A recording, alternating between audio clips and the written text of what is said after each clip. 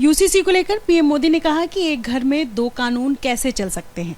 ये विवाद लगातार और गहराता जा रहा है। मेरे साथ इस वक्त बातचीत करने के लिए वीएचपी से कार्यकारी अध्यक्ष आलोक कुमार हैं। सर, मैं आपसे समझना चाहती हूँ कि यूसीसी को लेकर विवाद और बढ़ता क्यों जा रहा है। इसकी चर्चाएं पहले भी हो चुकी हैं और अभी भी हो रही हैं।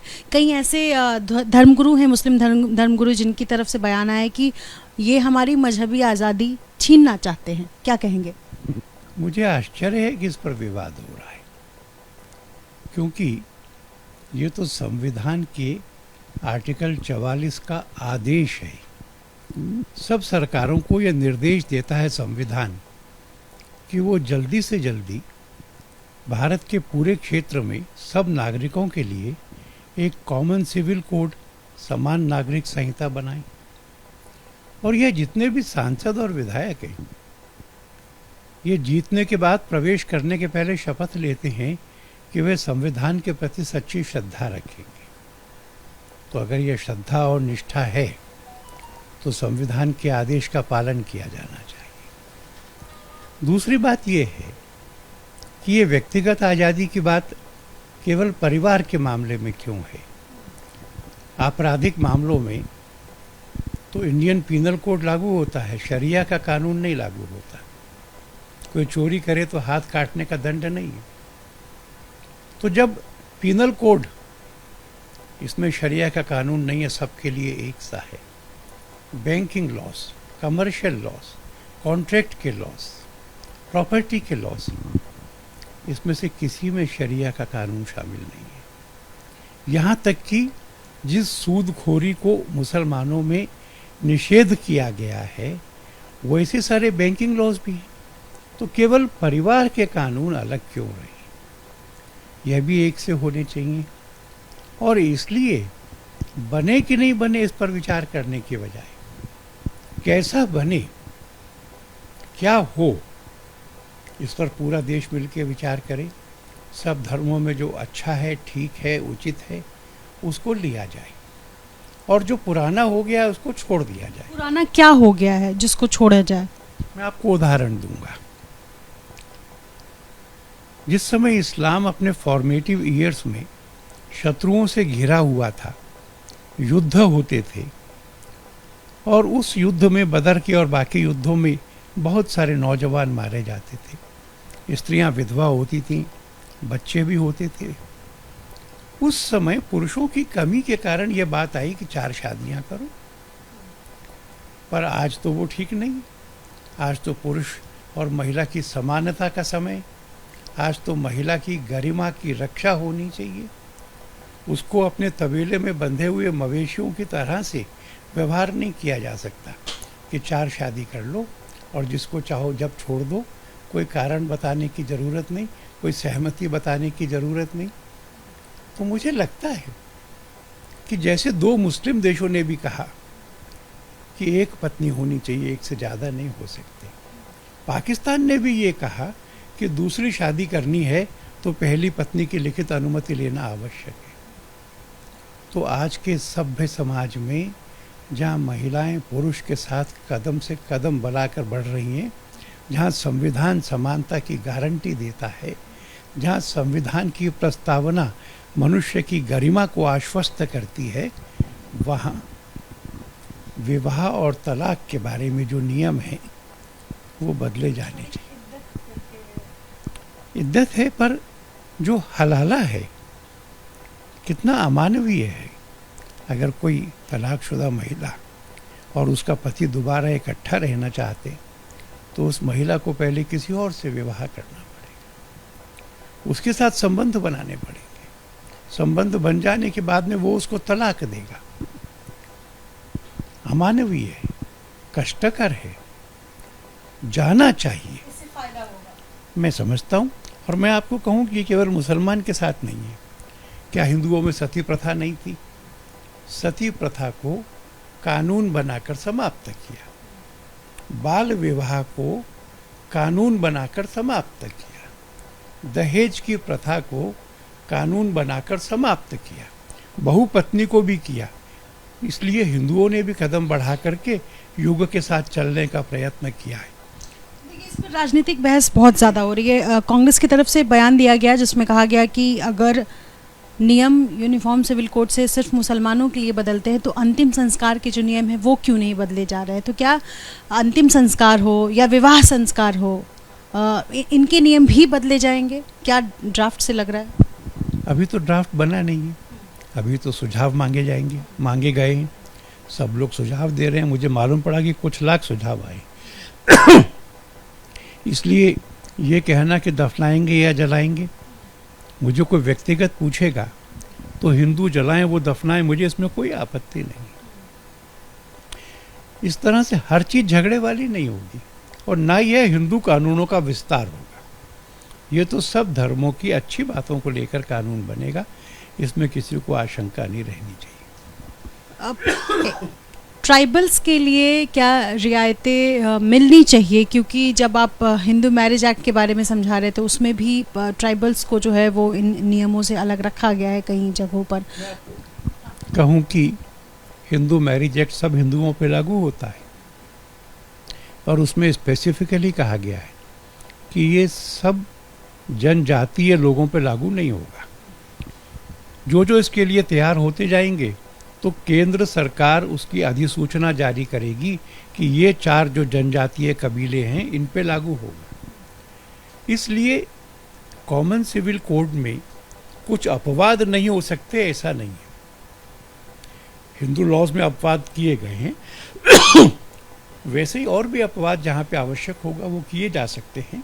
क्या आपसे सुझाव मांगा गया है और अगर मांगा गया तो आपने क्या क्या सुझाव दिया? क्या आपने रियायत की बात की है? हमसे मांगा नहीं गया है। उन्होंने कहा है अपनी अधिसूचना में कि सब धार्मिक संगठन भी चाहें तो दे सकते हैं। हम लोग विचार करेंगे, आवश्यक होगा तो देंगे। विचार कर रहे हैं देने का सुझाव, क्योंकि कई ऐसे मुद्दे हैं जो विवादित हो सकते हैं, थोड़े सेंसिटिव मुद्दे हैं, उन सब पर विशेष तौर पर वीएचपी से मांग की जाएगी कि वो सुझाव दे। मुझे नहीं लगता कि हमसे अलग से मांग की जाएगी, पर देश के नागरिक होने के नाते हमको भी विचार करना और कर्तव्य है कि हम अपना संस्तुति देंगे। तो ट्राइबल्स की रियायत पे हम मिलना चाहिए कि नहीं? हिमाचल में नहीं, उत्तराखंड में जो आयोग बना है उसके लोगों से मेरी चर्चा हुई थी। उन्होंने कहा कि वहाँ के ट्राइब्स तैयार हैं, वो चाहते हैं कि कॉमन सिविल कोड के अंतर्गत आए, तो जो आए उनका स्वागत है। और जहाँ पे सरकार को या संसद को लगे कि कुछ ट्राइब्स के लिए प्रतीक्षा करनी है तो वो वैसा सोचेंगे। क्या अंत में होगा मैं नहीं कह सकता, पर एक अधिक से अधिक व्यापक सहमति के आधार पर ये बनना चाहिए। ये युद्ध नहीं लड़ रहे हैं। HUF को लेकर क्या कहेंगे? हिंदू यूनाइटेड फैमिली को लेकर के जो नियम है उसमें भी बदलाव आए? HUF के नियम बहुत कुछ फैमिली लॉ के नियम नहीं है। बेसिकली वो टैक्सेशन के पर्पस से काम आते हैं। कोई परिवार संयुक्त रहना चाहते हैं तो वो नागरिक संहिता का उल्लंघन नहीं होता। जहाँ संयुक्त नहीं रहते हैं वो उनकी मर्जी है। इसलिए मुझे लगता है कि HUF की प्रथा को कानून के द्वारा समाप्त करने का कोई औचित्य नहीं होगा।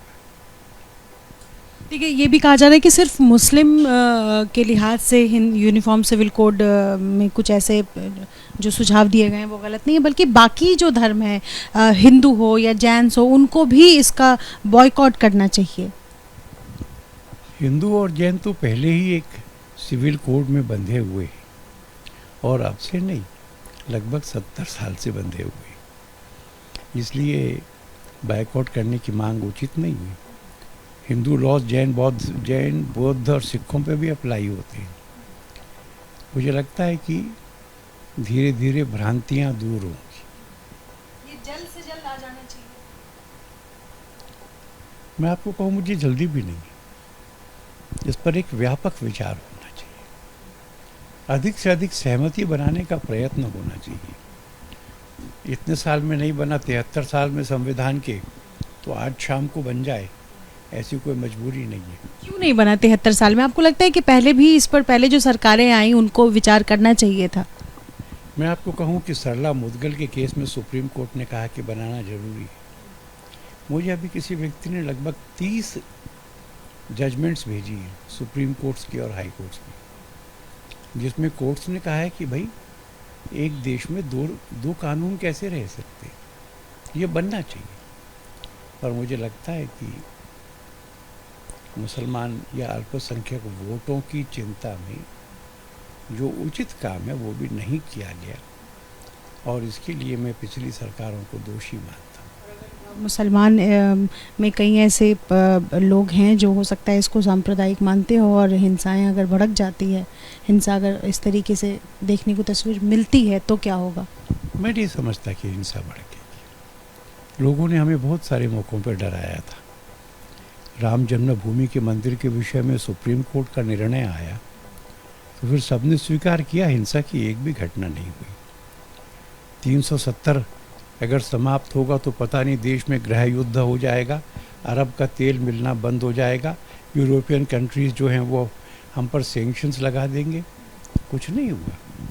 मैं समझता हूँ कि इस देश के मुसलमानों का एक बहुत बड़ा वर्ग ऐसा है जो समय के साथ चलना चाहता है। मैं इसमें से हिंसा की संभावना को नहीं देखता। आखिरी सवाल है, मध्य प्रदेश में मदरसा जाने वाले बच्चे एग्ज़ाम देने नहीं जा रहे हैं, वो क्लासेस जो है वो अटेंड नहीं कर रहे हैं, क्या आपकी प्रतिक्रिया रहेगी इस पर? मुझे दुख है। मैंने देवबंद के जो प्रमुख हैं उनका भी बयान पढ़ा था, और उन्होंने कहा था कि देवबंद में पढ़ने वाले बच्चे हिंदी, अंग्रेजी भाषा, गणित, उनके यहाँ जो कुरान पढ़ाया जा रहा है उसके अलावा कुछ नहीं पढ़ सकते। अब हम कल्पना करें कि 18-20 साल का युवक है, उसने कुरान तो हिज्ब की है, पर वो बस स्टैंड पर कौन सी बस आती है और रुकती है ये पढ़ना नहीं जानता, वो तनख्वाह के पैसे गिनना नहीं जानता, तो क्या ये उसके साथ न्याय है? क्या वो उस तरह से अपना जीवन बसर कर सकता है? इसलिए मुझे लगता है कि मदरसों की शिक्षा में मुसलमानों को स्वयं होकर कुरान हिज्ब कराना अच्छा काम है। इस्लामिक टेनेट्स के बारे में बताना अच्छा काम है, पर उनको युग के साथ चलने के लिए तैयार करने के लिए बाकी विषयों की भी शिक्षा दी जानी चाहिए। बहुत शुक्रिया बातचीत करने के लिए। तो वीएचपी के कार्यकारी अध्यक्ष हैं और ये कह रहे हैं कि इस पर व्यापक विचार हो यूसीसी पर, और कोई जल्दीबाजी ना हो। इसके साथ साथ हिंसा भड़काने को लेकर जो बातें कही जा रही है, पहले भी ऐसा हुआ है, लेकिन ऐसा इसमें संभावना दिखती हुई नजर नहीं आ रही है। अपने सहयोगी जितेंद्र कुमार के साथ निधिश्री, एबीपी न्यूज़, दिल्ली।